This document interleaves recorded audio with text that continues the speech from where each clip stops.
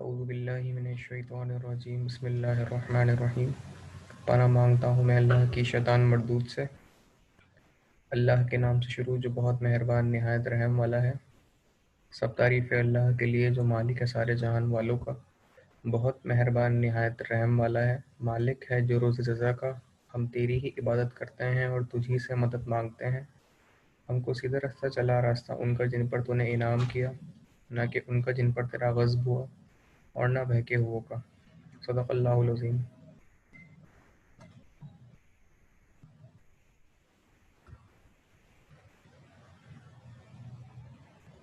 I welcome you all in the Lab 5 interactive session of Applied Physics Lab. If you have any kind of query regarding lab number 4, so feel free to discuss. I will answer your queries and resolve your issues if you have any kind of issues in our previous labs. So आप उसमें पूछ सकते हैं, मैं आपको आपकी curies का जवाब दे दूंगा। लैब मैनुअल व्हाट्सएप पे मैं ऑलरेडी आप लोगों से शेयर कर चुका हूँ और अब मैं अपनी स्क्रीन भी शेयर कर रहा हूँ, उससे भी आपको चीज़ें सारी मिल जाएंगी। तो होपफुली मेरी आवाज़ आप लोगों तक क्लियर आ रही होगी और मेरी स्क्रीन भी शेयर हो रही यस सर। Yes sir. अच्छा जी, लैब नंबर 4 में अब तक किसी को कोई डिफ़िकल्टी है तो पूछ लीजिए, मैं आप लोगों के लिए रिकॉल कर दूंगा। इससे पहले कि सब लोग हमें ज्वाइन करें, हम एक काम ये करते हैं कि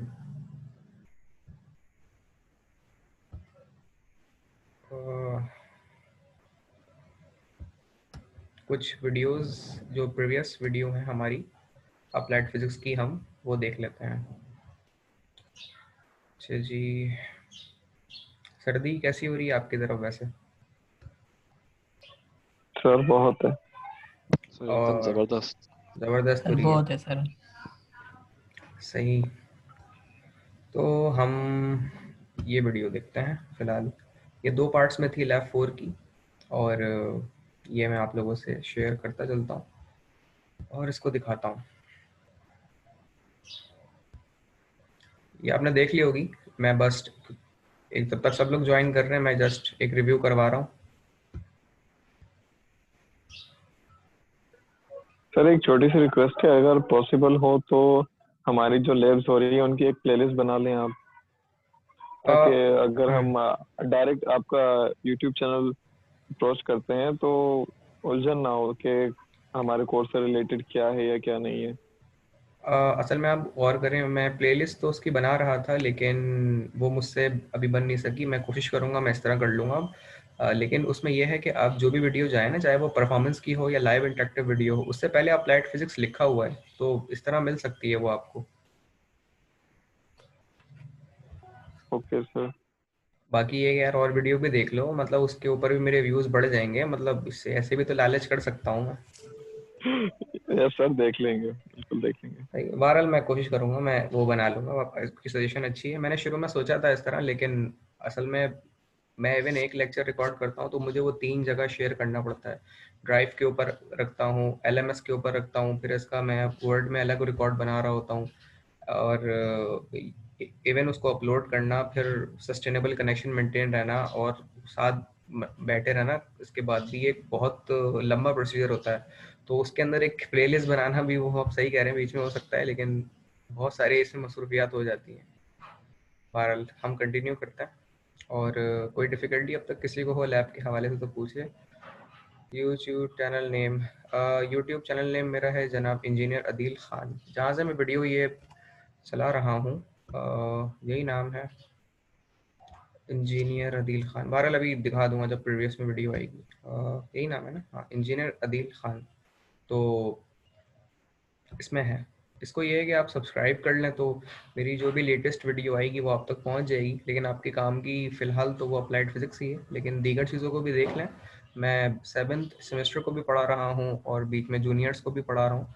तो आने वाले टाइम में जिस तरह का कंटेंट होगा और इंजीनियरिंग के पॉइंट ऑफ व्यू से जो आपके लेटेस्ट चीज़ें होंगी, तो उसके बिहाफ पे भी चीज़ें आपको काफ़ी हद तक मिल जाएंगी। तो उसका भी एक ओवरव्यू करें ताकि आपको ये अंदाज़ा रहे कि हम जिस पहाड़ की चोटी पे चढ़ने जा रहे हैं उसकी ऊंचाइयों की उस वक्त हवाएं कितनी हैं, तो उससे भी आपको अंदाज़ा हो जाएगा काफ़ी। तो उन वीडियोस को भी देखें for the purpose of knowledge. Last time मैंने जो सेशन अपना किया है पावर जनरेशन का, वो मैंने किया था hydro electric sorry nuclear power plant पे। तो ये लेक्चर मैंने लिया था टोटल 4 वीडियोस के ऊपर, 40-40 मिनट से ऊपर किए हैं तकरीबन। तो ये भी मौका मिले तो देखिएगा, इसमें मैंने काफ़ी अच्छी चीज़ों से, एटॉमिक बॉम्ब के हवाले से, हाइड्रोजन बॉम्ब के हवाले से, और न्यूक्लियर रिएक्टर कंट्रोलेबल, और उस तरह की सारी चीज़ें जो आप मैट्रिक इंटर में पढ़ के आए बेसिक्स, मैंने वहीं से शुरू की। Diffusion chain reaction, fusion reaction, और पूरा फिर इसका प्रोसीजर मैंने बताया कि किस तरीके से नेशनल ग्रिड में न्यूक्लियर पावर प्लांट के ज़रिए से जो कैनअप है, चशनप है, चशनप 1, 2, 3 और 4 जो अभी लग चुका है तकरीबन, और कैनअप 1, 2, 3 इसके बारे में मैंने डिटेल बताई है। तो उसको देखकर भी आपको रियलिस्टिक बहुत सारी एग्जांपल्स का आइडिया हो जाएगा। तो हम अपनी लैब नंबर 4 की वीडियो पार्ट 1 पे दोबारा आते हैं और इसे कंटिन्यू करते हैं। तो इसे देख लें। वैसे एक रिव्यू के लिए बस चला रहा हूँ।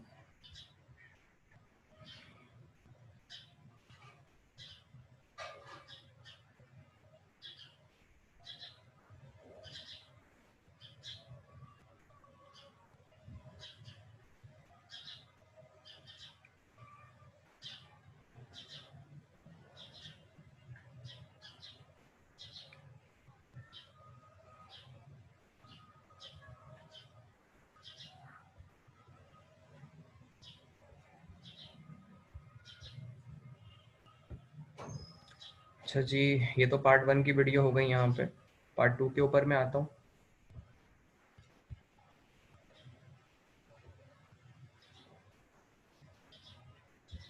पहले कंटेंट तो यहाँ से आ रहा था ना। पार्ट 2, ये है पार्ट 2। अब हम इसको देखते हैं। ये 7 मिनट की है। इसको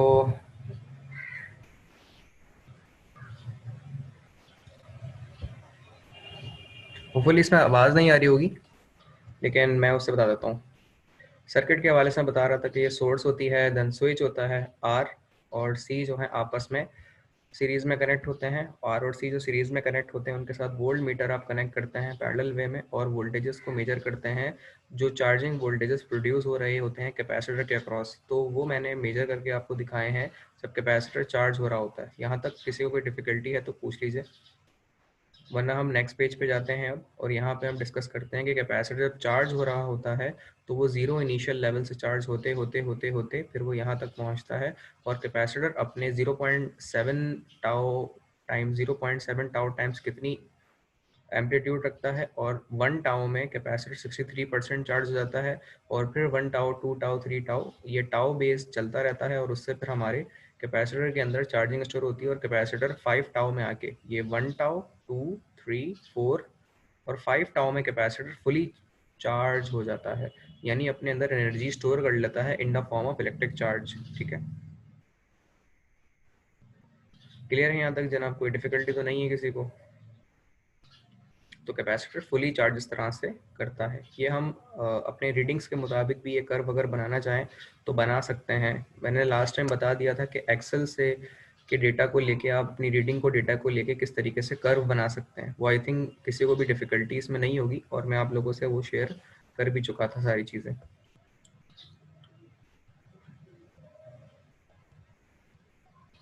अच्छा, डिस्चार्जिंग कर्व की अगर हम बात करें, जो कि डिस्चार्जिंग की लैब 5 है हमारी, तो Q is equal to CV। तो वोल्टेज जो अप्लाई आप करते हैं उसके नतीजे में जो कैपेसिटी होती है उसके प्रोडक्ट को चार्ज कहते हैं। कैपेसिटर जब फुली चार्ज होता है तो डिस्चार्जिंग के लिए कैपेसिटर अपने 1 टाउ में आके 37% 1 टाउ में डिस्चार्ज होता है, जबकि कैपेसिटर अपने 1 टाउ में 63% तक चार्ज हो जाता है। लेकिन डिस्चार्जिंग के टाइम पे, क्योंकि डिस्चार्ज बहुत जल्दी होता है, डिस्चार्जिंग कैपेसिटर में बहुत फास्ट होती है उसके चार्ज को वैनिश करने के लिए या उसको डिस्चार्ज करने के लिए, तो कैपेसिटर डिस्चार्ज होता है 1 टाउ टाइम्स में अपने आप को 37%, जबकि चार्जिंग टाइम जो कैपेसिटर के 1 टाउ का होता है वो 63% होता है अप्रोक्सीमेटली। यहाँ तक कोई डिफ़िकल्टी किसी के जहन में तो पूछ लीजिए। और इसमें ये बताया जा रहा है कैपेसिटर किस तरीके से अपने आप को डिस्चार्ज करता है, और 5 टाउ में आके अगेन अपने आप को कैपेसिटर पूरा वैनिश करके डिस्चार्ज कर चुका होता है। ठीक है, कैपेसिटर को, जैसे आप पंखे का कैपेसिटर कभी लेने जाते हैं, खरीदने जाते हैं, तो आप क्या कह के खरीदते हैं कैपेसिटर पंखे का? सर जो सर इलेक्ट्रिशियन हमें मतलब अगर उसके वो बताता है कि कौन से उसका लेके आना, 3.5 का लाना या 3 पॉइंट का लाना। मतलब ये आपको मतलब ये कि पढ़ना नहीं आता उसमें कि वो कितने माइक्रोफैरेड का है जनाब? नहीं नहीं सर, जब जाहिर सी बात है, मिसाल दे रहे हैं कि अगर हम हम्म लेने जाते हैं तो जाहिर सी बात है जब वो देगा, हम जो तीन उसको बोलेंगे कि हम्म 3.5 का चाहिए, तो जब वो हम्म। देगा तो जाहिर सी बात है सर पढ़ेंगे। ठीक है, आप खुद चेंज कर लेते हैं आप लोग अपना घर के कैपेसिटर पंखों के? सर आपकी आवाज़ कट रही है। मैं ये पूछ रहा हूँ, अब सही आ रही है आवाज़ मेरी? जी जी सर। मैं इसमें ये पूछ रहा हूँ कि आप लोग अपने घर के पंखों का कैपेसिटर खुद चेंज कर लेते हैं? जी sir. No sir. Yes sir बिल्कुल कर लेते। ठीक है, वही करना सीख लें, वरना तो घर वाले भी डाउट करेंगे कि इंजीनियरिंग लड़का कर रहा है और कैपेसिटर भी चेंज करना नहीं आ रहा है उसको। तो बहुत लेकिन वैसे। अभी तक सर ये नहीं पता था कि कितने का लगता है। दरअसल अगर खराब हो जाता है तो जितने का खराब होता है उतने का ही वापसी लेके आके वो फिर उसी पोलैरिटी में हाँ सर वापसी वो लगा उसी देगा। वही दिखा के दूसरा ले आते हैं। जी जी। तो लेकिन आपको पढ़ना आना चाहिए, उस पर लिखा होता है कैपेसिटी ऑफ कैपेसिटर और दैट इज 2.5 3.5 माइक्रोफैरेड। और फ्यूजी के कैपेसिटर बहुत अच्छे होते हैं। Fuji I think made in China या मेड इन जापान है, और फ्यूजी के एक्सपेंसिव होते हैं, तकरीबन 110 यस 140 सर तक का मिलता फ्यूजी। है।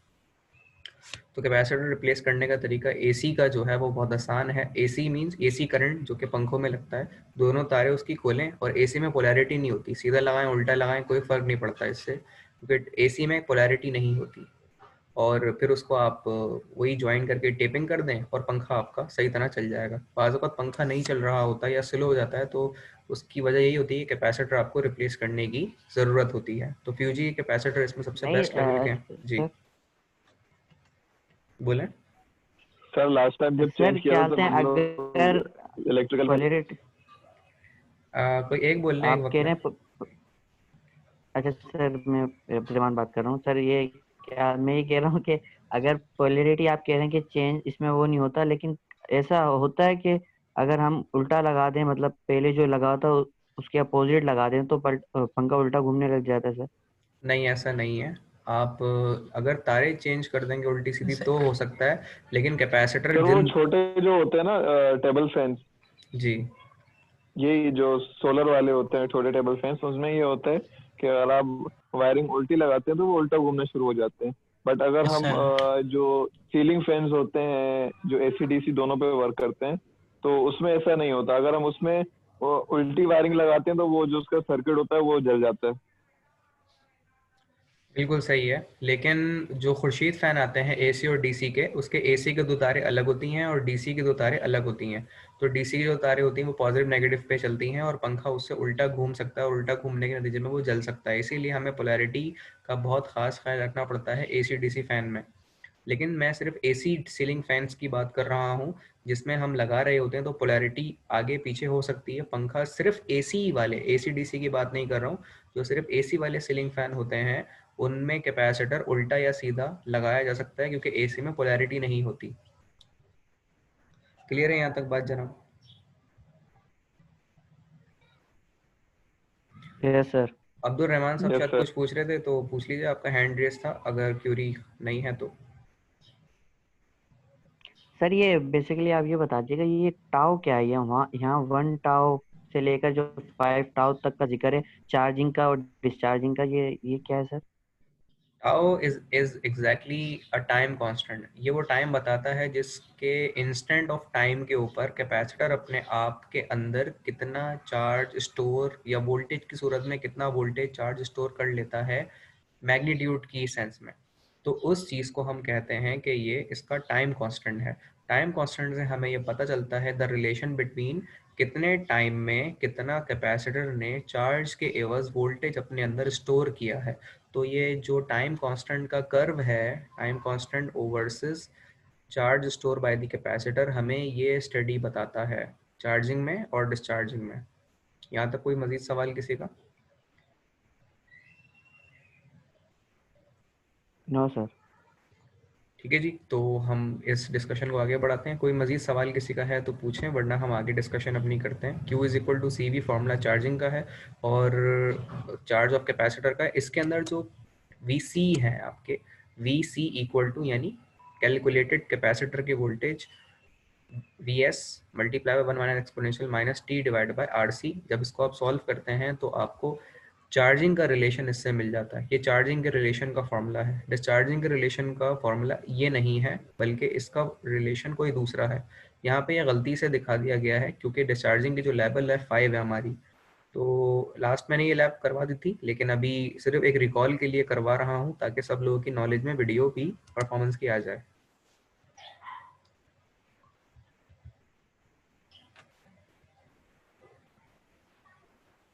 कोई बीच में सवाल हो किसी का तो पूछ लीजिएगा।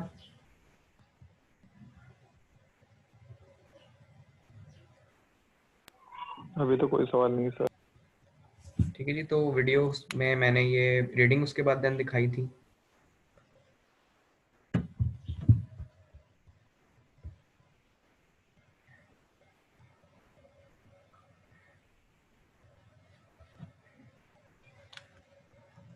ठीक है जी, ये परफॉर्मेंस मैंने दिखाई थी।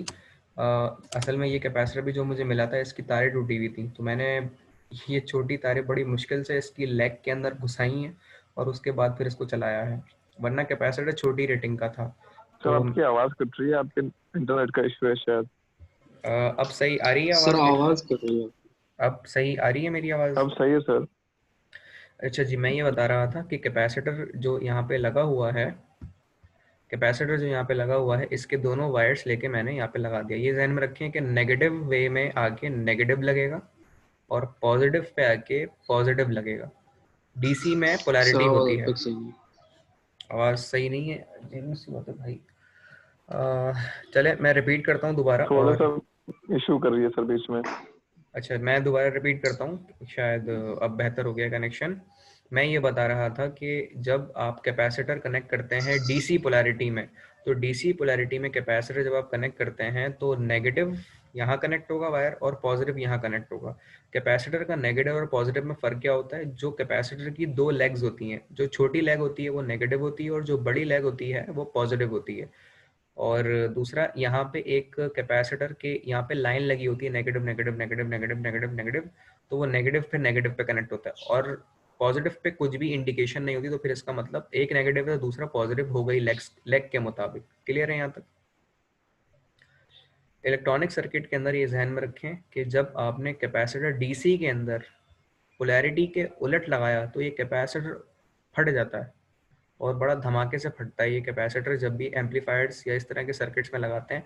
तो ये याद रखें, कैपेसिटर उल्टा नहीं लगना चाहिए। कैपेसिटर जब भी लगे तो वो पोलैरिटी वाइज सही सीध में लगना चाहिए, नहीं नेगेटिव पे नेगेटिव और पॉजिटिव पे पॉजिटिव।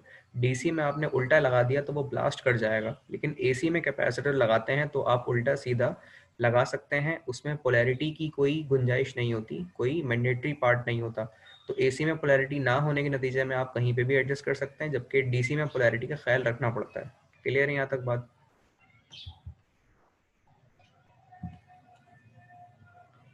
जी, ये ग्रुप में क्या मसला हो रहा है लोगों को? सर रिक्वेस्ट सेंड की है, नहीं हो रही मेरे सर भाई। ये सब ड्राइव की बात सर कर वो रहे हैं। ड्राइव का कह रहे हैं सर। अच्छा, वैसे मैंने तो कर दिया, शिराज आर्यन को भी कर दिया है और काफ़ी लोगों को करता जा रहा हूँ। एक अच्छे खासे लोगों को, स्मार्ट आइज़ को भी कर दिया है मैंने। कैसे कैसे नाम है भाई लोगों के, स्मार्ट आइज़। और AQ को भी कर दिया है मैंने। अच्छा जी, यहाँ तक कोई डिफ़िकल्टी किसी को है तो पूछें, वरना मैं फिर आगे कंटिन्यू करता हूँ लैब को, परफॉर्मेंस वाइज जो वीडियो है हमारी। तो फर्दर मोर ये कैपेसिटर मैंने दिखाए थे, ये जो कैपेसिटर की रेटिंग है, उसके बाद फिर मैंने इंडिकेट किया था कि ये हमारा 10 माइक्रोफैरेड था, फिर ये हमारा 500 माइक्रोफैरेड का था। मैंने शायद करीब करके भी दिखाया है, 1000 माइक्रोफैरेड का है ये, ठीक है। तो 1000 माइक्रोफैरेड का जो कैपेसिटर है वो फिर मैंने दिखाया था 470 माइक्रोफैरेड, ठीक है। इसमें वोल्टेज भी लिखे हैं। इसका वोल्टेज का मतलब समझते हैं क्या है? इसका वोल्टेज का मतलब ये है कि ये डीसी वोल्ट के 63 वोल्टेज अपने अंदर बर्दाश्त कर सकता है, 63 वोल्ट के ऊपर ऑपरेट नहीं करेगा। अगर आपने ऐसे 65 वोल्ट दिए ना तो फिर अपने आप को सस्टेन नहीं कर सकेगा, गर्म हो जाएगा और बाज़ औक़ात ऊपर से फट जाता है कैपेसिटर डीसी का।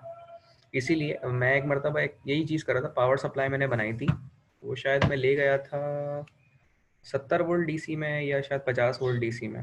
तो मसला ये हुआ था कि कैपेसिटर उसके एंड पे लगा हुआ था 25 वोल्ट का। अब मैं हैरान कि मैं सप्लाई दे रहा हूँ, 2-3 ट्रांसफार्मर मिला के मैंने लगा के वो चीज़ एक्सपेरिमेंट कर रहा था, तो मुझे बजाय 50 वोल्ट मिलने के 25 वोल्ट मिल रहे थे। अब मेरी समझ नहीं आया कि ऐसा क्यों हो रहा है, जब मैं दे तो इतने रहा हूँ लेकिन इसके अंदर से निकल थे। तो फिर जब कैपेसिटर फट गया ना, तो तब मैंने पड़ा हुआ देखा कि वो 25 वोल्ट का कैपेसिटर था, तो वो अपने अंदर से 25 गुजार रहा था और मैं 50 दे रहा था। तो कैपेसिटर की कैपेसिटी सस्टेनेबल नहीं थी और फिर वो फट गया था डीसी का कैपेसिटर। तो ये चीज़ मद्देनज़र रखनी पड़ती है कि उसकी जो capacity in terms of capacitors और वोल्टेज के बिहाफ पे आपको मेंटेन रखनी पड़ेगी। तो आप ज़्यादा वोल्ट की तरफ भी नहीं जा सकते इसकी लिमिट से, और ना माइक्रोफैरेड की कैपेसिटी के पॉइंट ऑफ व्यू से आगे जा सकते हैं। इसकी गुंजाइश है चार्ज स्टोर करने की इतनी, इससे ज़्यादा ये स्टोर नहीं कर सकता। इसकी वोल्टेज रेटिंग ये है, इससे ज़्यादा ये आगे एक्सीड नहीं कर सकता ऑपरेशन लेवल पे। यहाँ तक क्लियर है सारी बातें? सर जी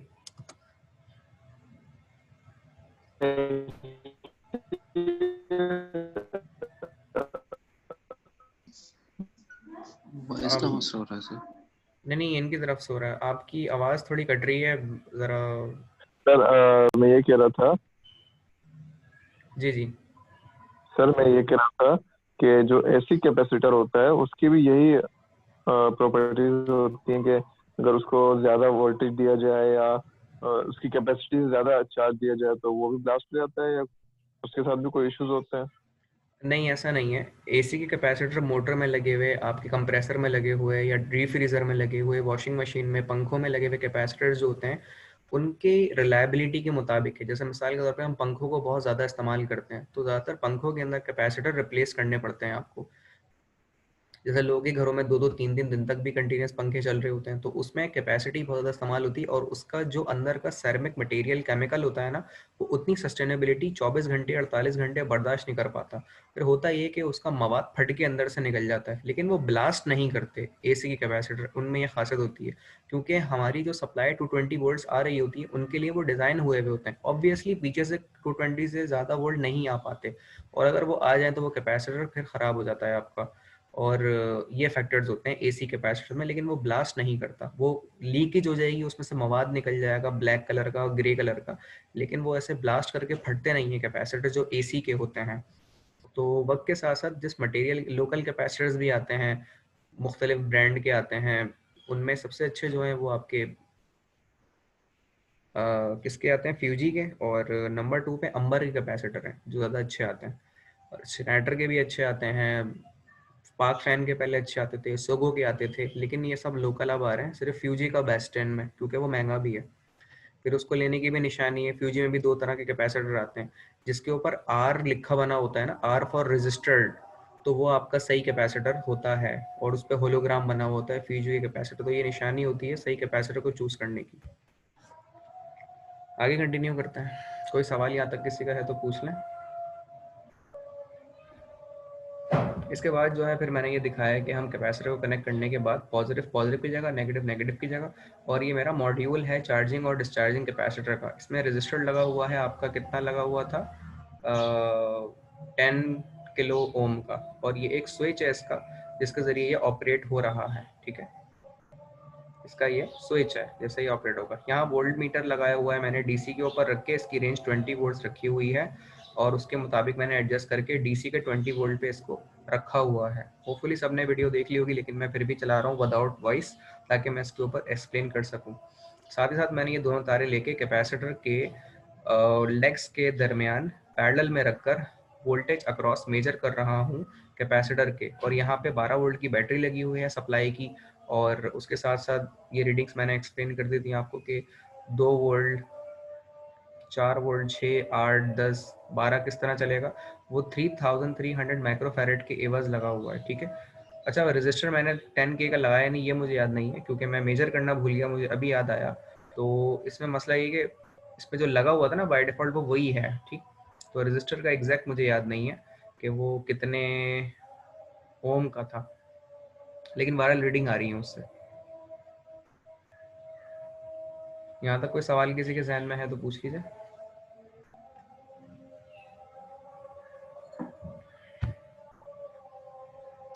नो सर।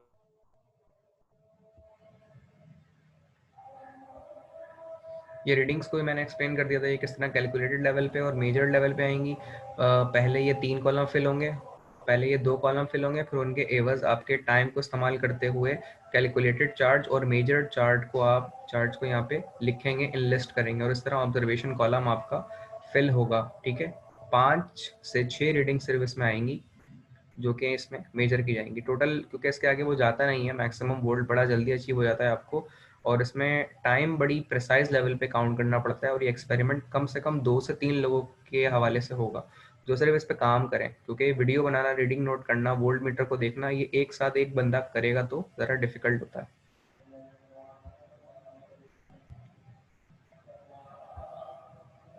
अच्छा, इसके बाद मैंने क्या किया, यहाँ पे डिस्चार्जिंग पे रखा हुआ था, तो कैपेसिटर डिस्चार्जिंग पे 0 होता है, तो फिर मैंने ऐसे चार्जिंग की और इसको चार्ज करना शुरू हो, तो कैपेसिटर के अक्रॉस वोल्टेज बढ़ना शुरू हो गया।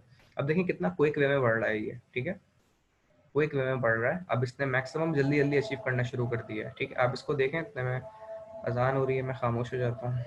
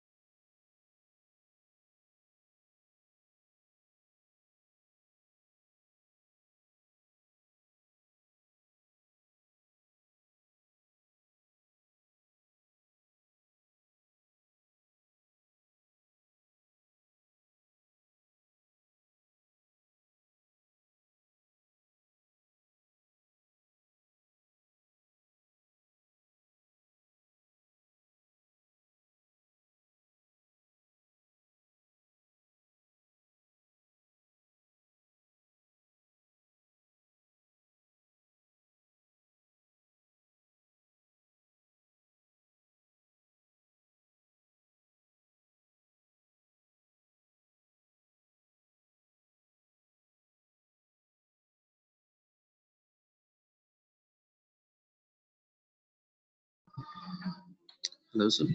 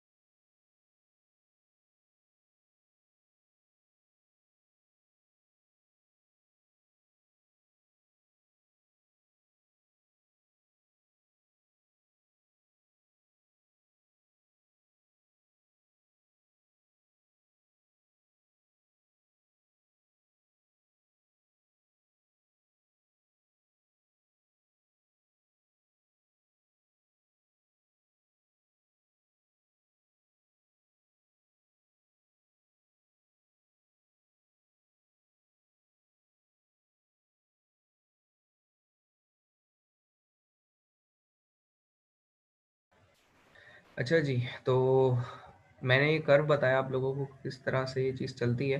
बीच में माइक ऑफ हो गया था। इसमें मैं ये बता रहा था कि कैपेसिटर के सर्किट को मैंने एक्सप्लेन किया आपके लिए कि ये आपका सोर्स कनेक्ट होती है, उसके बाद यहाँ पे सोर्स कनेक्ट होने के बाद यहाँ पे एक स्विच लगा हुआ होता है, रजिस्टर लगा हुआ है, कैपेसिटर लगा हुआ है। कैपेसिटर के अक्रॉस जो चार्जिंग वोल्टेज होते हैं उन्हें पता लगाने का तरीका ये होता है कि उसके अक्रॉस पैरेलल में वोल्ट मीटर लगा हुआ होता है, और जैसे जैसे इंक्रीज करते हैं आपके कैपेसिटर के अक्रॉस वोल्टेज, तो कैपेसिटर अपने अंदर चार्ज स्टोर कर रहा होता है फर्दर। ये वोल्टेज हमने वोल्ट मीटर के जरिए आपको डिस्प्ले करके दिखाए भी हैं, और साथ साथ मॉड्यूल में भी आपके वोल्ट मीटर आपका कनेक्टेड है, जो कि वोल्टेज आपको दिखा रहा है, मेजर्ड वोल्टेज। क्लियर है यहाँ तक बात सारी? कोई सवाल नहीं है किसी का? अच्छा सर, ये पूछना था, ये जो वीडियो में आपने दिखाया था कि आपने दो कैपेसिटर लगाए हुए हैं, एक बड़ा सा था और एक छोटा सा था ना, तो जी जी दूसरा जी। किस लिए लगाया था? दोनों यानी कि इकट्ठे भी चार्ज होते हैं? हाँ, इकट्ठे भी हो सकते हैं। कैपेसिटर की कैपेसिटी पैरेलल में बढ़ती है या सीरीज में बढ़ती है? जी सर, आप पूछ रहे जी जी, हैं सर पैरेलल में। पैरेलल में बढ़ती है, तो मैंने उन्हें पैरेलल में लगाया था, यानी एक कैपेसिटर की नेगेटिव लेग नेगेटिव यस के सर। साथ, पॉजिटिव की पॉजिटिव के साथ, और दोबारा कनेक्ट कर दिया। तो मैंने इससे हटके भी एक चीज़ ये करी कि दो कैपेसिटर एक साथ लगा दिए, छोटे और बड़े, और फिर उसके साथ रीडिंग मैंने ऑब्जर्व करी थी। तो ये भी मैंने काम किया था इसमें, जो मैंने वो आपने अच्छी बात है वीडियो देख लिया, आपको अंदाज़ा भी है इसका। ये चीज़ ही मैंने की थी। उसी फिर कैपेसिटी बढ़ जाती है उससे ना। जी सर। सीरीज में कैपेसिटर लगाने से कैपेसिटी कम होती है और पैरेलल में लगाने से बढ़ती है। इसके अलावा मैं ये बता रहा था कि कैपेसिटर के जो डिस्चार्जिंग वोल्टेज है उसे निकालने का कैलकुलेटेड में फॉर्मूला क्या होता है, V C is equal to V S into exponential minus T divide by R C के बराबर होता है। तो फॉर्मूला याद है, मैंने चार्जिंग का क्या बताया था आप लोगों को? सर वो प्लस में होता है, जो माइनस टी यहाँ पर आ रहा है वो प्लस में हो जाएगा। जी नहीं जनाब, जी नहीं। वो फॉर्मूला था V C equal to V S bracket one minus exponential minus T over R C. ये फॉर्मूला था चार्जिंग में, और टी वैसे ही लिखा हुआ था माइनस में, और यहाँ पे भी वैसे ही है। तो चार्जिंग का फॉर्मूला और डिस्चार्जिंग का फॉर्मूला अलग है, याद रखिएगा। ये एग्जाम में इस तरह से चीज़ें आपसे पूछी जाएंगी, आप इस तरह के आंसर देंगे तो गलत होंगे वो। ठीक है, तो इसको ज़रा ये सर देखना एक सुबह बार। भी इस फॉर्मूले के बारे में जी discuss जी। करें। अच्छा, एक मेरी कॉल आ रही है थोड़ी ना बैंक से, मैं मुझे कोई देर ज़रा ब्रेक दे दें, एक दो मिनट। अस्सलाम वालेकुम।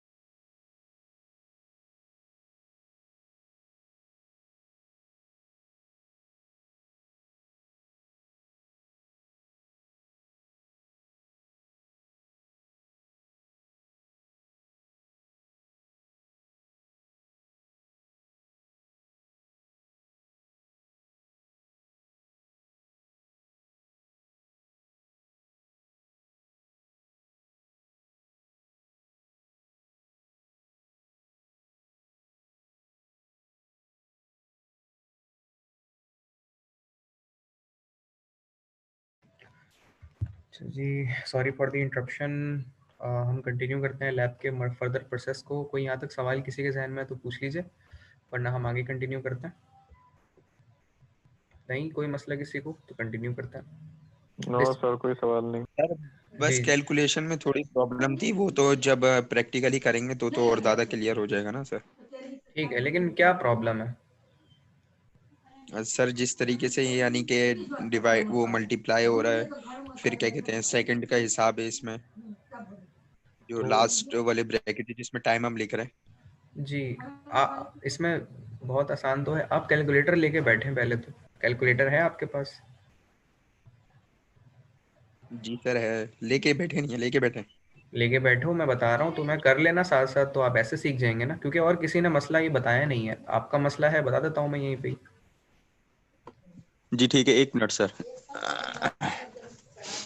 तो और किसी को भी कैलकुलेशन का मसला हो तो कैलकुलेटर साथ लेके बैठ जाएं, आप उसमें लिखें और मैं आपको डायरेक्टली बता दूंगा। तो इस तरीके से आपकी जो क्यूरीज हों कैलकुलेटेड लेवल में वो भी रिजॉल्व हो सकती हैं।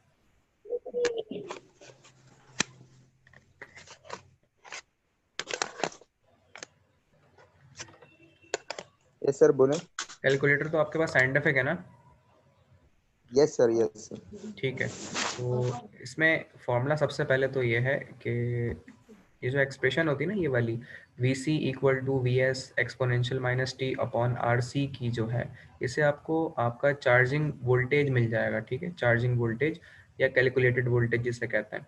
सोर्स वोल्टेज है आपके 12, उसको आप 12 लिखें, मल्टीप्लाई करें। 12 मल्टीप्लाई। यस फिर सर। जी फिर उसको मल्टीप्लाई के बाद लिखें एक्सपोनेंशियल, ये जो ई आता है, ई देखें कैलकुलेटर में लिखा होगा कहीं पे, ऑन के बटन से नीचे ई, शिफ्ट दबा के शायद ई आता है।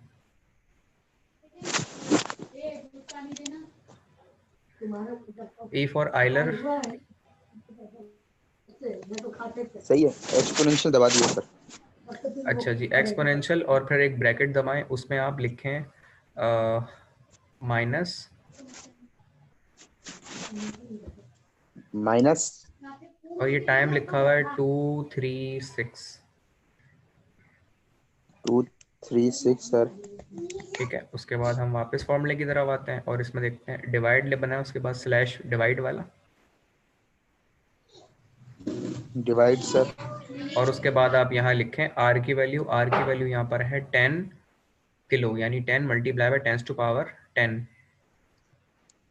10 मल्टीप्लाई बाय 10।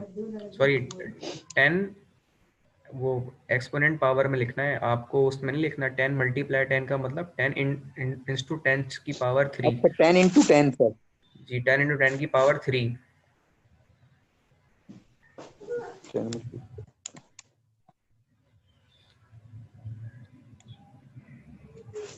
ब्रैकेट क्लोज कर दे सर। नहीं अभी ब्रैकेट क्लोज नहीं करें, अभी तो आपने आर लिखा है, फिर मल्टीप्लाई लिखें सी की वैल्यू। सी कितना था कैपेसिटर हमारा?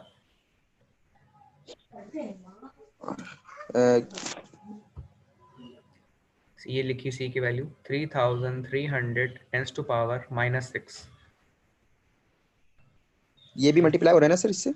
जी वो 10 किलो से मल्टीप्लाई हो रहा है 3300 माइक्रो।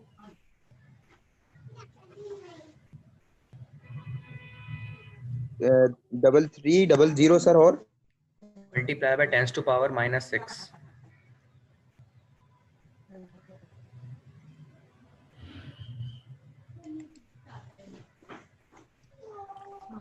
अब ब्रैकेट क्लोज कर दें सर। ब्रैकेट क्लोज कर दें और इज इक्वल का बटन दबा दें।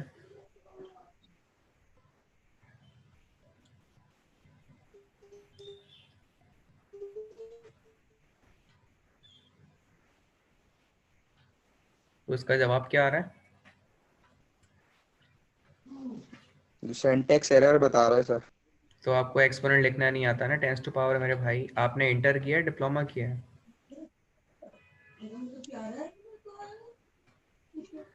चलें सर, फिर मैं ये पूछ लूंगा किसी से, कोई मसला नहीं है, ये वो पूछ सामने लीजिएगा। हो जाएगा ना। तो ये तो बेसिक ठीक है सर। कैलकुलेशन है, ये तो मैट्रिक के बच्चों को भी आती है मेरे भाई। मुझे लगा शायद और किसी को भी ये मसला है तो बता दें फिर, वरना मैं इसकी वीडियो बना के भी दिखाता हूँ आप लोगों को। नहीं नहीं सर, कर लेंगे।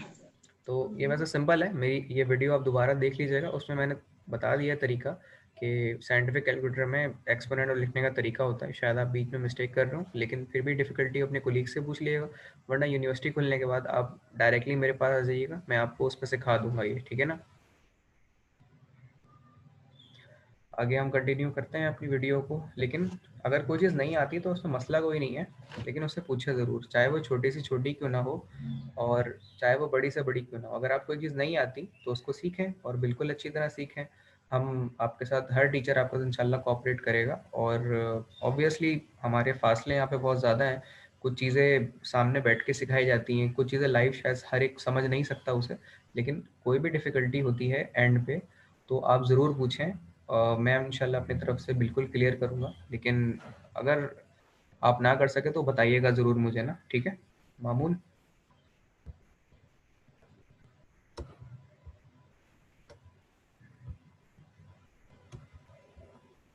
अच्छा जी मामून साहब, और कोई डिफ़िकल्टी आपको, और किसी को कोई डिफ़िकल्टी अगर है तो पूछ लीजिए, मैं रिपीट कर दूंगा आप लोगों के लिए।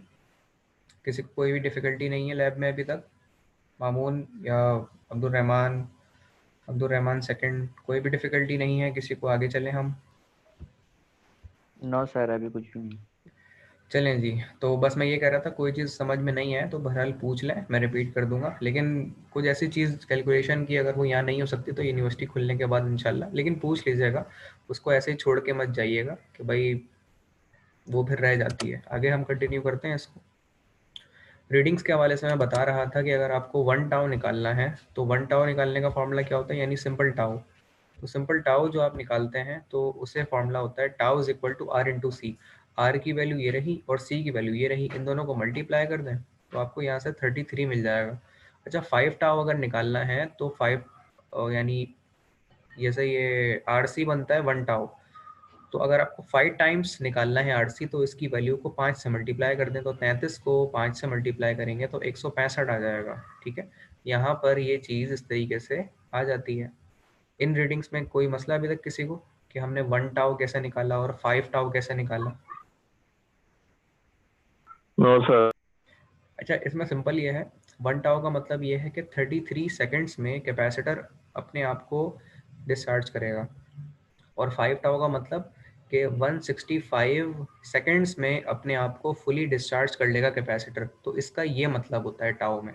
क्लियर है यहाँ तक भाई सब लोगों को? मामून मेरे भाई क्लियर है आपको? यहाँ तक कोई सवाल किसी का अगर है तो पूछ लें।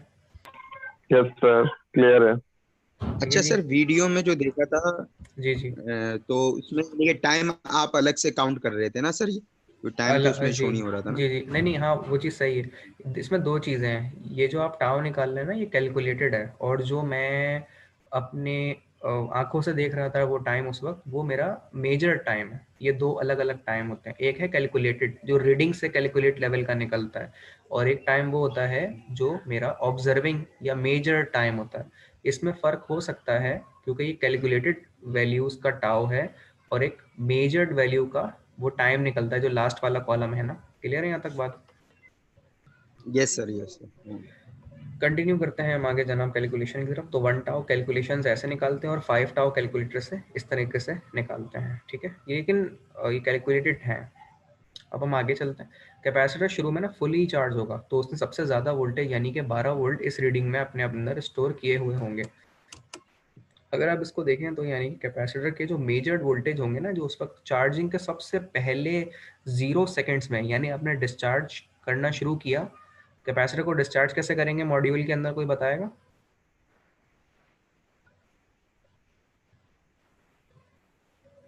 सर उसका स्विच होगा तो डिस्चार्ज पे हम उसको कर देंगे। जी जनाब, हम स्विच को डिस्चार्ज पे रख देंगे तो वो डिस्चार्ज हो जाएगा, और स्विच को चार्जिंग पे रख देंगे तो वो चार्ज हो जाएगा। तो इस तरीके से जैसे इन्होंने बताया, ये चीज़ गौर से देखा करें, यही तो चीज़ है जो परफॉर्मेंस करवाई जा रही है मेरे दोस्त। यही तो बारीक बारीक चीज़ें जो सब लोगों को जहन में रखनी चाहिए। ये सिर्फ एक बच्चा जवाब दे रहा है इसका। तो शुरू के इंस्टेंट के ऊपर 12 वोल्ट हम मेजर करेंगे, फिर जब कुछ सेकंड गुजरेंगे तो फिर उसके बाद ये आएंगे, ये आएंगे, ये आएंगे, इस तरीके से यहाँ पे ये वैल्यूज़ आती जाएंगी, और हमें उससे मेजर्ड वैल्यू वोल्टेज की मिलती जाएंगी। तो बिल्कुल जीरो इंस्टेंट के ऊपर शुरू में जब उसने चार्ज स्टोर किया हुआ होगा उस वक्त आपको यहाँ पे शुरू करना है इसे। तो हम इसे आगे बढ़ाते हैं।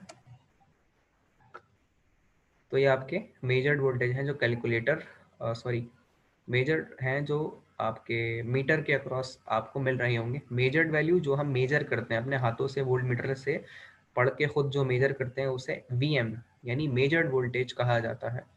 और ये आपके कैलकुलेटेड वोल्टेज है। कैलकुलेटेड वोल्टेज कैसे निकालते हैं हम, भाई कोई बताएगा?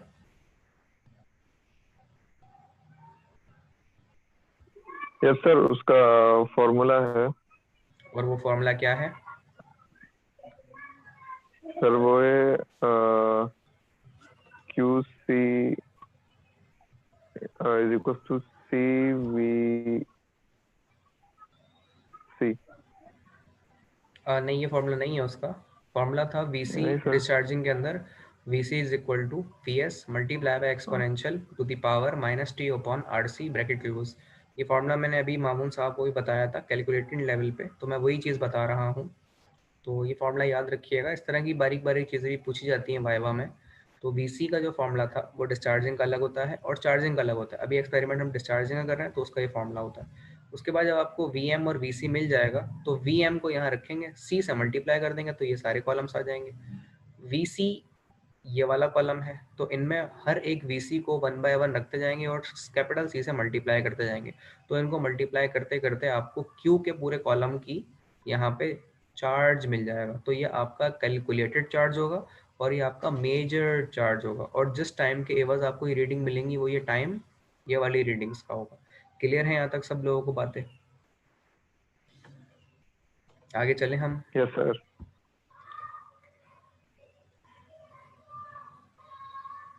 कोई भी डिफ़िकल्टी अगर किसी को हो तो पूछ लीजिएगा, लेकिन ये बहुत सिंपल और सेल्फ एक्सप्लेनेटरी है। फिर भी कोई डिफ़िकल्टी हो तो पूछ लीजिएगा, मैं रिपीट कर दूंगा। इसमें ऑडियो के बगैर मैं चला रहा हूँ, उसकी वजह यह है क्योंकि ये 2 ऑडियो नहीं चल सकती जूम के ना। मेरी आवाज़ आएगी या फिर सिस्टम की आएगी। सिस्टम की आ नहीं सकती क्योंकि ऑटोमेटिकली जूम कैप्चर्ड लेवल का होता है, तो इसलिए मैं ऑडियो के ऊपर अपनी वॉइस दे के वॉइस ओवर कर रहा हूँ।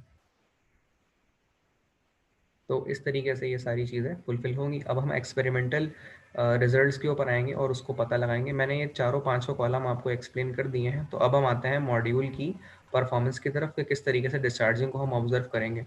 जैसे आप यहाँ देखें, मैंने वोल्ट मीटर अक्रॉस लगाया हुआ है, कैपेसिटर फुली चार्ज हुआ हुआ है, इसीलिए 5.1 वोल्ट आ रहे हैं, 12 नहीं आ रहे, क्योंकि रजिस्टर और कैपेसिटर के एवज जो उस वक्त वोल्टेज आ रहे होंगे वो वही दिखाएगा। तो कैपेसिटर के एवज इस वक्त जो वोल्टेज आ रहे हैं वो 5.1 आ रहे हैं, तो ये बिल्कुल चार्ज हुआ है। देखिए मैंने स्विच ऊपर रखा तो ये चार्ज है, अगर नीचे कर दूंगा तो डिस्चार्ज हो जाएगा ये। तो मैं अब यही काम करूंगा, स्विच को नीचे करूंगा तो ये यहाँ कनेक्ट हो जाएगा।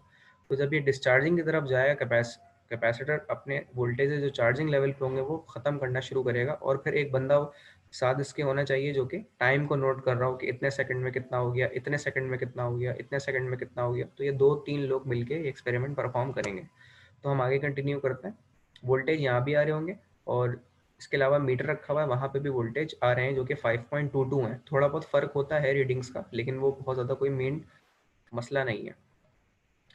अच्छा, एक चीज़ ध्यान में रखें कि पॉजिटिव पे पॉजिटिव लगाना है और नेगेटिव पे नेगेटिव लगाना है। तो जो प्रॉप ब्लैक होती है वो नेगेटिव होती लेकिन है सर जी। ये जो मीटर में था वो वोल्टेज तेजी से कम हो रहा था और ये जो सर्किट में इसमें थोड़ा आहिस्ता आहिस्ता हो रहा था सर। और ये तो उसके हिसाब से है, कोई इतना इसमें इतना मसला नहीं है। आपको असल में आप अगर दोनों को देखेंगे तो कन्फ्यूजन होगी, हमें किसी एक को देखना है। लेकिन मैंने फिर भी बता दिया, ये चीज़ हमें करने की ज़रूरत नहीं है दो जगह, क्योंकि वोल्टेज तो वैसे भी आ रहे हैं ना। ये मैंने प्रिसाइजनेस और एक्यूरेसी के पॉइंट ऑफ व्यू से बताया है कि इस मीटर और इस मीटर में फ़र्क कितना है। देखें, डीसी के वोल्टेज दोनों बता रहे हैं, लेकिन एक पर्टिकुलरली डिवाइस वोल्ट मीटर है जो कि दोनों डिजिटल ही हैं, डिजिटल डिजिट में दिखा रहे हैं, लेकिन इनमें थोड़ा बहुत फ़र्क होता है। ठीक है, तो इसमें एक्यूरेसी ज़्यादा है वोल्ट मीटर में, जबकि इसके वोल्ट मीटर में इतनी एक्यूरेसी नहीं है। ये भी फ़र्क देखें, इक्विपमेंट टू इक्विपमेंट कितना फ़र्क पड़ता है कभी कभी। तो आप किसी एक से रीडिंग लेंगे, दोनों से नहीं लेंगे। तो हम आगे चलते हैं। और कोई सवाल किसी का है इसके ठीक हवाले है से? सर। एक्सपेरिमेंट को हम सर इस जो तरह वोल्ट से मीटर है, जी जी एक्सक्यूज मी सर, जी जी सर जो वोल्ट मीटर है ये हम मतलब परचेज कर सकते हैं, खरीद सकते हैं, ये क्या बना नहीं सकते हैं? वोल्ट मीटर बना वो असल में बनाना आप चाहें तो बना सकते हैं, लेकिन ख़रीदना बेहतर है उसमें। लेकिन फिर पूरी साइंस समझनी पड़ेगी। गैल्वानोमीटर से आपको एक हाई रेजिस्टेंस कनेक्ट करके और देन उसको फिर प्रोटोटाइप वे में कनेक्ट करना, टर्मिनल निकालना, बॉडी में फिट करना, तो वो एक काम ज़रा मुश्किल होता है तो वो बना बनाया लोग ले लेते हैं इसलिए, लेकिन बनाया जा सकता है, ये बहुत आसान है। कंटिन्यू करें अच्छा हम आगे, ठीक है, मज़ीद ठीक कोई है। सवाल किसी का है तो पूछ लें। तो मैं ये बता रहा था कि आगे आगे बात करते हैं। फिर 5.23 वोल्ट आ रहे हैं जो कि चार्जिंग के फुल वोल्टेज हैं इस पे, ठीक है, और इस पे 5.1 आ रहे हैं जो इसके चार्जिंग के फुल वोल्टेज हैं। आप किसी एक से रीडिंग लेंगे। तो अभी ये चार्जिंग पे लगा हुआ है, तो अगला हमारा काम ये होगा कि हम इसे डिस्चार्जिंग की तरफ लेके जाएं स्विच की पोजीशन को, और अपने इस चार्जिंग लेवल को डिस्चार्ज में डिक्रीमेंट की तरफ लेके जाए। तो ये एक्सपेरिमेंट अब हम परफॉर्म करेंगे चार्जिंग से डिस्चार्जिंग की तरफ, और फिर ये हम इसको फुलफिल करेंगे। तो हमने डिस्चार्ज किया और दो बंदे हैं जो इसकी रीडिंग लेना शुरू करेंगे, एक टाइम के एवज और एक वोल्ट मीटर के एवज, ठीक है। तो अब हम शुरू करते हैं। तो देखें इसने अपने वोल्टेज डिस्चार्ज करना शुरू की और ये बहुत क्विक वे में कर रहा है, क्योंकि कैपेसिटर छोटा है हमारे पास, इसकी कैपेसिटी भी कम है, कम से कम 3000 या 5000 कैपेसिटर माइक्रोफैराड में हो तो वो सही ऑब्जर्वेशन हमें दिखाएगा, ठीक है। उस वक्त ये अवेलेबल था तो मैंने बता दिया, लेकिन रीडिंग इसकी भी सस्टेनेबल है, आप उसे ले सकते हैं, ठीक है। तो ये डिस्चार्ज हो गया। अब आहिस्ता आहिस्ता अपने आप को मज़ीद डिस्चार्ज करेगा और इसमें टाइम लेना शुरू करता है ये। तो देखें अगले टाइम में जो था ये भी डिस्चार्ज हो गया है। तो यहाँ मैंने ये मैं दिखा रहा था, जैसे मामून ने ही बताया था, मैंने 2 कैपेसिटर लगाए ताकि कैपेसिटी इसकी बढ़ जाए।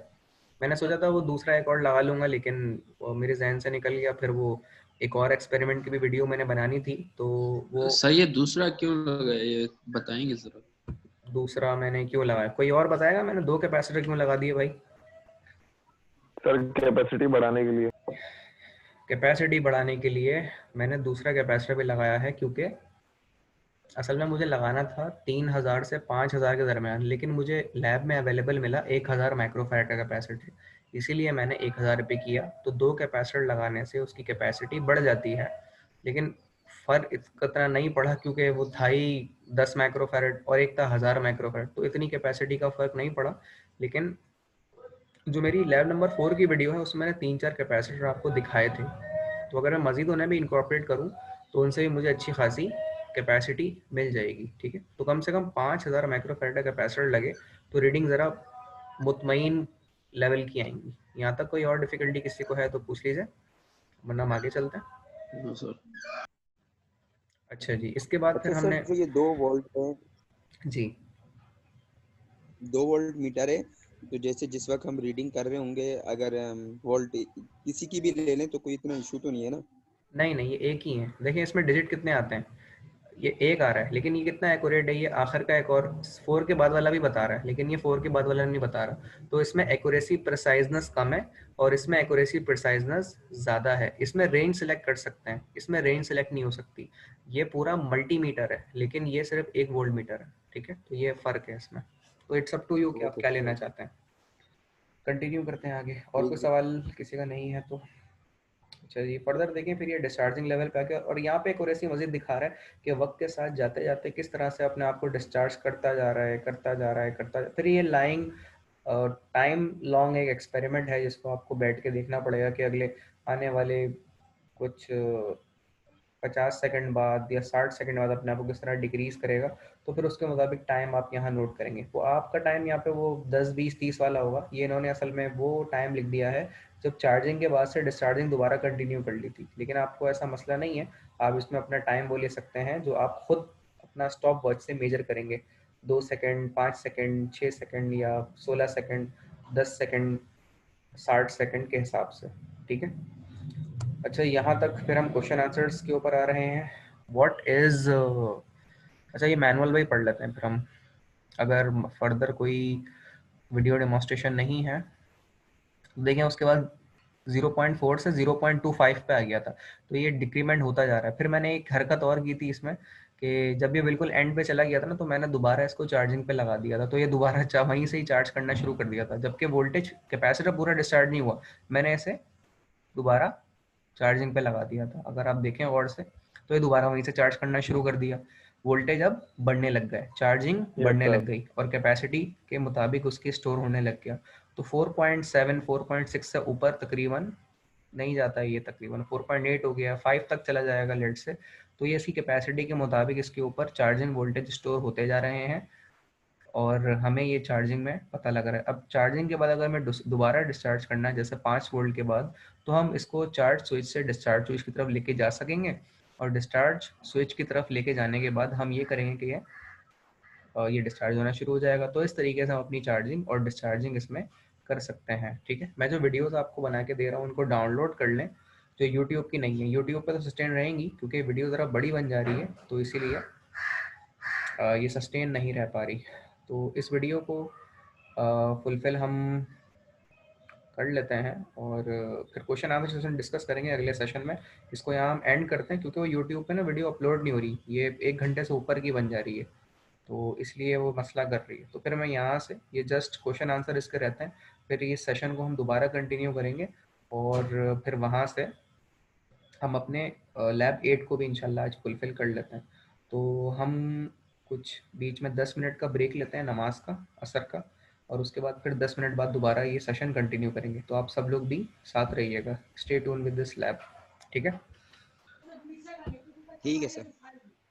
तो लैब 10 मिनट के ब्रेक से हम दोबारा कंटिन्यू करेंगे। लैब 8 जो होगी और लैब 5 के क्वेश्चन आंसर सेशन भी मैं उसमें फुलफिल करूंगा। अगर आपके कुछ क्वेश्चन आंसर हो तो वो पूछ लीजिएगा। 10 मिनट के ब्रेक के बाद हम दोबारा ये सेशन कंटिन्यू करेंगे।